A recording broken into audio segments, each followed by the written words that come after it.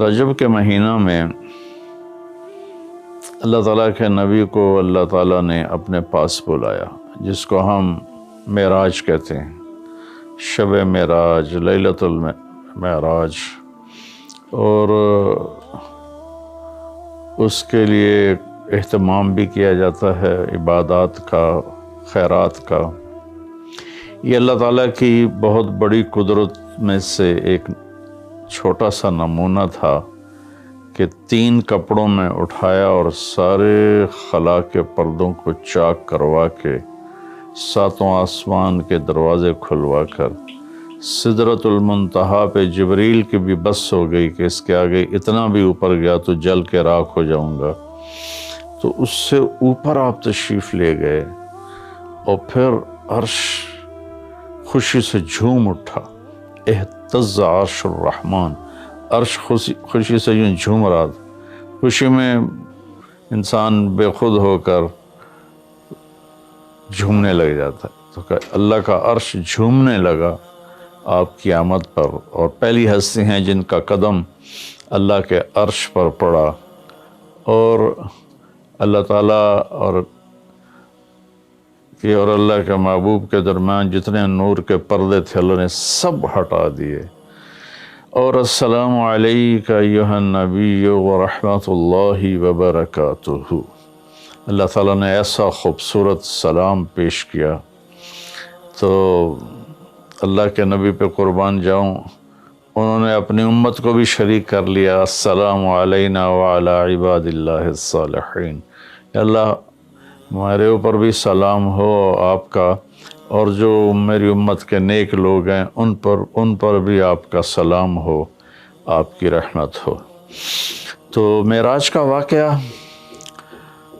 اسباب کے خلاف ایک انتہائی عجب اللہ کی قدرت ہے، اور اس میں ایک چھوٹی سی بات عرض کروں کہ جب آدمی پس جاتا ہے نا اور کہتا ہے متی نصر اللہ، یا اللہ تیری مدد کہاں ہے، تو پھر اللہ کی طرف سے جواب آتا ہے الا ان نصر اللہ قریب، بے شک میری مدد قریب ہے، آ رہی ہے۔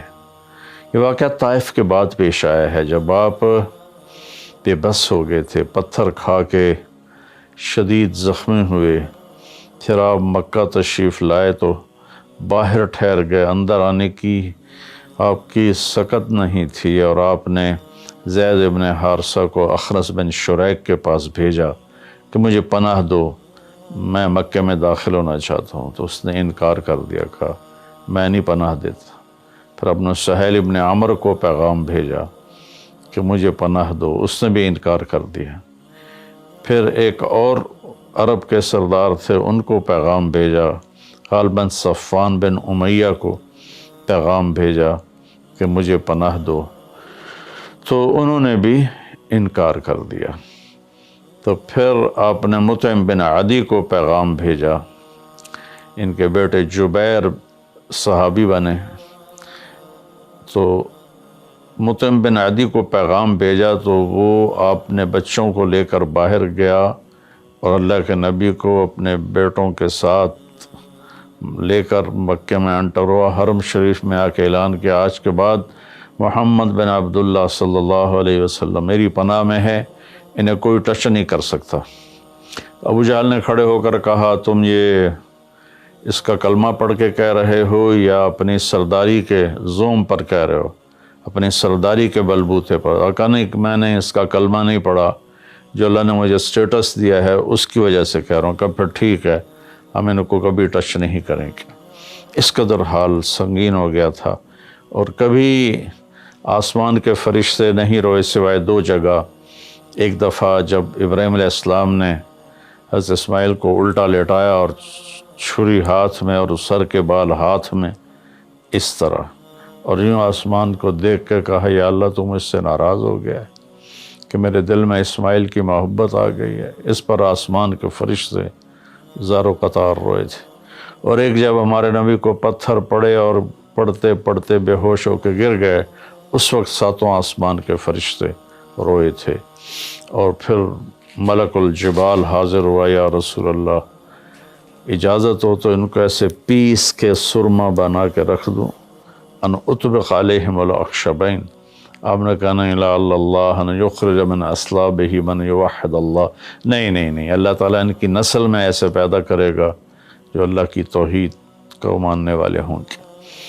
اس تکلیف کے بعد یہ سفر ہوا کہ 27 رجب کو جبرائیل آئے، آسمان سج چکے ہیں، اور ہماری یعنی زبان میں یا ہمارے رواج میں کہ یا رسول اللہ استقبال کے لیے قطاریں لگ گئی ہیں، آپ ان کو لے کر گئے۔ آپ ام ہانی رضی اللہ عنہ، حضرت علی رضی اللہ تعالیٰ عنہ کے گھر میں تھے آپ، تو وہاں سے حتیم میں لے گئے، آپ کا سینہ چاک کیا، دوسرے فرشتہ وہ پانی لایا زمزم کا، اس سے آپ کے سینے کو صاف کیا، پھر دل باہر نکالا، اس کو چیرا، اسے صاف کیا، اور پھر دوبارہ دل کو رکھ دیا، سینے کو بند کر دیا۔ اب یہ سارا کچھ اپنے ہوش میں دیکھ رہے تھے۔ پھر وہاں سے براق پہ سوار ہوئے۔ براق گدھے سے بڑا قد، خچر سے چھوٹا قد والا ایک جانور تھا، جس پر آپ کو سوار کرایا گیا، اور وہ تھوڑا مستی کرنے لگا تو جبریل بولے تو یہ پتہ ہے تیرے اوپر کون سوار ہیں؟ تو اس کے ساتھ ہی وہ ایک دم سر نیچے کر گیا، اور پھر وہاں سے پرواز کی بیت المقدس، اور وہاں آپ نے 2 نفل پڑھے اور ان کو وہیں چھوڑ دیا، اس کو براق کو وہیں چھوڑ دیا۔ وہاں سے پھر سفر شروع ہوا اللہ کی طرف۔ اس سفر کو اللہ نے یوں بیان کیا، سبحان الذی اسری بعبدہ لیلا من المسجد الحرام الی المسجد الاقصی الذی بارکنا حولہ لنریہ من آیاتنا انہ هو السمیع العلیم۔ تو اس میں اہل علم کے لیے ایک بڑا خوبصورت نقطہ بھی میرے ذہن میں ہے کہ یہ قرآن کی پہلی صورت ہے جو سبحان مصدر سے شروع ہو رہی ہے، سبحان الذی۔ پھر اس کو آگے لے جا کر اللہ تعالیٰ نے مصدر کے بعد فعل ماضی ہوتا ہے تو سبح للہ ما فی السماوات والارض کے ساتھ شروع کیا، تو مصدر آیا، ماضی آیا، ماضی کے بعد مضارع ہوتا ہے، فیوچر ہوتا ہے، مستقبل ہوتا ہے، تو یسبح للہ ما فی السماوات وما فی الارض الملک القدوس العزیز الحکیم۔ پھر اس کے بعد امر کا صیغہ ہوتا ہے تو سبح اسم ربک الاعلی الذی خلق فسوی۔ یہ قرآن کا اعجاز ہے، قرآن کی خوبصورتی ہے، قرآن کی بلاغت ہے۔ سبحان، سبح، یسبح، سبح۔ تو اللہ تعالیٰ نے پہلے اپنی پاکیزگی کو بیان کیا کہ جو کچھ کہنے والا ہوں میں سب کچھ کر سکتا ہوں، میرے لیے کوئی مشکل نہیں کہ میں اپنے بندے کو لے کر گیا۔ اللہ آنے جانے سے پاک ہے، لیکن با کا اضافہ یہ بتاتا ہے کہ اللہ تعالیٰ کہہ رہے تھے یوں ہی سمجھو کہ میں اپنے بندے کو خود لے کر گیا اوپر۔ آپ جبریل کے کندھوں پر، پروں پر سوار ہو کر نہیں گئے، آپ کا سفر الگ تھا، جبریل کا الگ تھا، یہاں تک کہ پہلے آسمان پر پہنچے تو دروازہ کھلا تو آدم علیہ السلام نے استقبال کیا، گلے لگایا۔ پھر اس سے اوپر گئے تو عیسیٰ علیہ السلام، یحییٰ علیہ السلام، زکریا علیہ السلام نے استقبال کیا، اور سارے آسمان کے فرشتوں نے استقبال کیا۔ پھر اس کے بعد تیسرے آسمان پر گئے تو یوسف علیہ السلام نے استقبال کیا اور سارے فرشتوں نے۔ پھر چوتھے آسمان پر گئے تو یونس علیہ السلام نے اور باقی سارے فرشتوں نے۔ تو پھر پانچویں آسمان پر گئے تو ہارون علیہ السلام اور آسمان کے فرشتے۔ پھر چھٹے آسمان پر گئے تو موسیٰ علیہ السلام اور موسیٰ علیہ السلام کے آسمان کے فرشتے۔ اس دن اللہ نے، میرا میں نے پڑھا کہیں نہیں لیکن مجھے لگتا ہے کہ اس دن اللہ تعالیٰ نے سارے فرشتوں کی عبادت کی چھٹی کرا دی ہوگی اور فرمایا ہوگا بس میرے محبوب کا دیدار کرو، استقبال کرو، آج یہی تمہاری عبادت ہے، کیونکہ ہر فرشتہ بے قرار تھا کہ دیدار ہو جائے۔ پھر اب ساتویں آسمان پر گئے، وہاں ایک بیت اللہ تھا، وہاں ایک بزرگ سفید داڑھی والے یوں کر کے بیٹھے ہوئے تھے، یوں کر کے، اور لمبے ان کے بال تھے، لمبی داڑھی تھی، وہ نہیں اٹھے، وہ بیٹھے رہے۔ جب اب قریب آئے تو وہ کھڑے ہوئے اور کہا میرا بیٹا آ گیا۔ پہلے نبیوں نے کہا ہمارے بھائی آ گئے، ہمارے بھائی آ گئے، ہمارے نبی آ گئے۔ اس بزرگ نے کہا میرے بیٹے آ گئے، میرے بیٹے آ گئے۔ تو آپ نے جبریل سے پوچھا یہ کون بزرگ ہیں؟ تو انہوں نے فرمایا یہ آپ کے دادا ابراہیم علیہ السلام ہیں۔ اس میں اللہ نے ہمیں سبق دیا کہ بیٹا کتنے ہی عالی مقام پہ چلا جائے، اس کے ذمہ ہے اپنے ماں باپ کا ادب کرے، ان کے پاؤں چھوئے، ان کے سامنے سر جھکا کے چلے۔ یہ ہواؤں میں اڑ جائے، عرش کو چیر کے اللہ تک پہنچ جائے، پھر بھی باپ کے آگے، ماں کے آگے سر جھکانا ہے۔ اور یہ سبق عملاً اللہ نے امت کو سکھایا، پہنچایا کہ اللہ تو جانتے تھے کہ یہ امت اپنے والدین کی کتنی نافرمان ہوگی، اور کتنے ماں باپ ہوں گے جو چھپ چھپ کے روئیں گے، کتنی مائیں ہوں گی جو دوپٹے کے پلو میں اپنے آنسو چھپا لیں گی اپنی اولاد کی نافرمانی کی وجہ سے، بدتمیزی کی وجہ سے۔ میرے نبی سے پوچھا گیا یا رسول اللہ قیامت کب آئے گی؟ تو آپ نے فرمایا اللہ کو پتہ ہے، کیا کوئی نشانی فرما دیں؟ ارشاد فرما دیں کہ جب مائیں بیٹیوں کے ہاتھوں ذلیل ہوں گی تو قیامت آئے گی۔ یعنی بیٹے تو کرتے ہی رہتے ہیں، اگر بیٹیاں بھی ماں کو ذلیل کریں گی تو قیامت آ جائے گی۔ تو یہ اتنا بڑا مقدس رشتہ ہے۔ آپ نے فرمایا جس نے اپنے والدین کو دکھ دیا اس پہ اللہ کی لعنت، زمین آسمان کی لعنت، فرشتوں کی لعنت، نہ اس کی نماز قبول ہے، نہ روزہ، نہ صدقہ۔ اور دوسری طرف آپ نے فرمایا جو صبح صبح ماں باپ کی زیارت کر لے تو صبح سے شام تک جنت کے 2 دروازے اس کے لیے کھل جاتے ہیں۔ نہ حال پوچھا نہ خدمت کی، صرف آ کے زیارت کی محبت کی وجہ سے۔ شام کو آ کے ان کی زیارت کی تو صبح تک جنت کے 2 دروازے اس کے لیے کھلے رہیں گے۔ پھر ان میں کوئی ایک فوت ہو جاتا ہے اور یہ اس ایک کی بھی ایسے تعداد کرتا ہے، زیارت کرتا ہے، ایک دروازہ کھلا رہے گا۔ تو یہ اس میں ایک بہت بڑا سبق تھا ماں باپ، چونکہ پہلا قصور تو ماں باپ کا ہے کہ وہ بتاتے ہی نہیں، وہ تعلیم ہی نہیں دلاتے جس سے پتہ چلے کہ ماں باپ کا مقام کیا ہے۔ اسی میں ہماری نسل ڈپریشن کا شکار ہو گئی۔ تو انہیں کیا پتہ باپ کون ہوتا ہے، ماں کون ہوتی ہے؟ تو آپ وہاں سے تشریف لے گئے تو سدرۃ المنتہا، جہاں بارڈر آ جاتا ہے ان مخلوقات کا، بارڈر پر جبریل نے کہا یا رسول اللہ بس آگے میرے پاس ویزا کوئی نہیں ہے، ایک بالشت بھی اوپر جائے، ایک گٹھ بھی اوپر جاؤں گا تو جل کے راکھ ہو جاؤں گا۔ تو اللہ نے ایک تخت اتارا، اس سے اپنے محبوب کو بٹھایا اور وہ گئے بلندیوں کو چیرتے ہوئے، اس نے عرش پر جا کر لینڈ کیا، آپ اترے اور میرے اللہ تعالیٰ نے کہا ثم دنا فتدلی فکان قاب قوسین او ادنی۔ اللہ تعالیٰ نے اپنے محبوب کو اپنے قریب کر لیا، اتنا قریب کیا کہ فاصلے مٹ گئے، فاصلے مٹ گئے۔ تو بھائیو پھر لمبا واقعہ ہے، اور لوگ آج کل اتنا لمبا سنتے بھی نہیں ہیں، تو میں صرف جانے کا بتا دیتا ہوں۔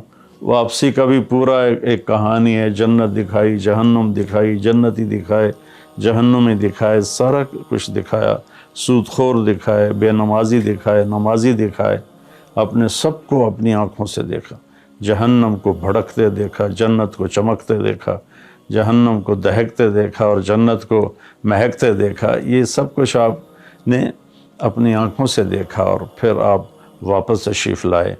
تو جب آپ پہنچے تو ابھی رات کا حصہ باقی تھا اور رات گزری نہیں تھی جب آپ اتنی بڑی کائنات کا سفر کر کے واپس تشریف لائے۔ تو اس میں ایک بڑا سبق ہے، وہ یہ ہے کہ اللہ نے اپنے نبی کا ہاتھ پکڑا اور اپنی ذات تک پہنچا دیا۔ ہم اپنا ہاتھ اللہ کے نبی کے ہاتھ میں دے دیں تو ہم بھی اللہ کی ذات کے تک ہماری بھی پہنچ ہو جائے گی۔ اگر کوئی بڑائی کے سفر طے کرنا چاہتا، بڑا آدمی بننا چاہتا ہے کہ میں تو جی گریٹ مین بننا چاہتا ہوں، میں کامیابی چاہتا ہوں، میں سکسیسفل لائف چاہتا ہوں، تو کامیابی ہے کہ میرا آپ کا اللہ ہم پہ راضی ہو، جب ہم مریں تو وہ ہم سے خوش ہو کر ملے، ہمیں جنت کا پروانہ دے۔ یہ ہے کامیابی۔ یہ نہیں کہ آپ بڑے مالدار بن گئے، آپ امریکہ کے صدر بن گئے، یہ نہیں ہے کامیابی۔ یہ ہے کہ آپ سے مجھ سے اللہ راضی ہو جائے، یہ سب سے بڑی کامیابی ہے۔ تو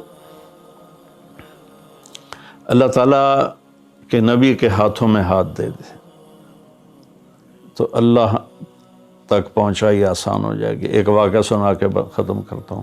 ایک بدو آیا، کہنے لگا ہے محمد. آپ نے کہا جی. اب بدتمیزی کا جواب بدتمیزی سے نہیں، پیار سے دیتے. جی تیری 3 باتیں بڑی عجیب ہیں. آپ نے کہا کیا؟ تو کہتا ہم باپ دادے کا دین چھوڑ کے تیرے دین پہ آ جائیں گے. ہم کیوں چھوڑیں باپ دادے کا دین؟ کہا اچھا اور؟ تو کہتا ہے کہ ہم مر کے مٹی ہو جائیں گے اور پھر دوبارہ زندہ کیے جائیں گے. کہا اچھا اور؟ تو کہتا ہے سورے عرب کو تیری امت فتح کر لے گی، ایران اور یورپ کو بھی تیری امت فتح کر لے گی. تو یہ کیسی بچوں والی باتیں کہا؟ ان کو روٹی نہیں ملتی اور یہ سنا رہا ہے ان کو کہ اس سے کیسر اور کسرا 2 بڑے بلاک تھے اس وقت. تو آپ نے مسکرا کے فرمایا انشاءاللہ تیری عمر لمبی ہوگی، تو دیکھے گا کہ سارا عرب و عجم میرا کلمہ پڑھے گا. پھر تو دیکھے گا کہ سارا عرب و عجم یہاں مدینہ ڈھک کے آئے گا. اور پھر تو دیکھے گا کہ اللہ تعالیٰ قیامت کے دن تجھے بھی کھڑا کرے گا، مجھے بھی کھڑا کرے گا، اور میں تیرا ہاتھ پکڑ کے تجھے یاد دلاؤں گا کہ ہو گیا یہ زندہ ہونا کہ نہیں ہوا. تو وہ کہنے لگا نہیں میں نہیں مانتا. تو چلا گیا. اس نے پھر ابوبکر صدیق کے دور میں دیکھا سارا عرب فتح ہو گیا. کہنے لگا پہلی بات تو پوری ہوگی، ساری قوم نے کلمہ پڑھ لیا. حضرت عمر کا زمانہ آیا تو کیسر اور کسرا پٹ گئے تو کہنے لگا دوئی گل بھی پوری ہوگی، ہن باویں تری ہو ہی نہ جاوے کدائیں، چلیے بھائی کلمہ پڑھیے. تو وہ وہاں سے اپنے علاقے سے آیا، حضرت عمر کے دربار میں آ کر اس نے کلمہ پڑھا. جب وہ آپ کی محفل میں آتا آپ اس کے لیے کھڑے ہو جاتے، بڑا اکرام کرتے. تو ایک دفعہ فرمایا کہ تم دیکھتے ہو میں اس بدو کا بڑا اکرام کرتا ہوں. میں اس محفل میں تھا جس میں اللہ کے نبی نے کہا تھا کہ رہے گی تیسری بات تو تیرا ہاتھ پکڑ کے بتاؤں گا کہ ہوئی کہ نہیں ہوئی، ہم مر کے زندہ ہوئے ہیں کہ نہیں ہوئے.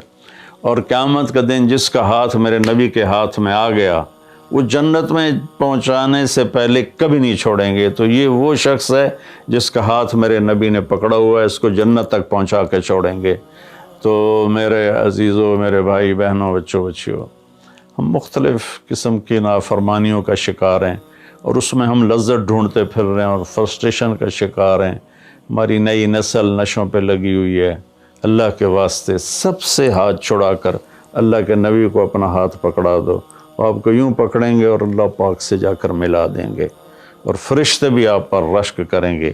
یہ واقعہ معراج کی اصل تھیم ہے اور واقعہ معراج کا اصل پیغام ہے کہ کی محمد سے وفاتوں نے تو ہم تیرے ہیں. یہ جہاں چیز ہے کہ لوح و قلم تیرے ہیں. السلام علیکم ورحمۃ اللہ.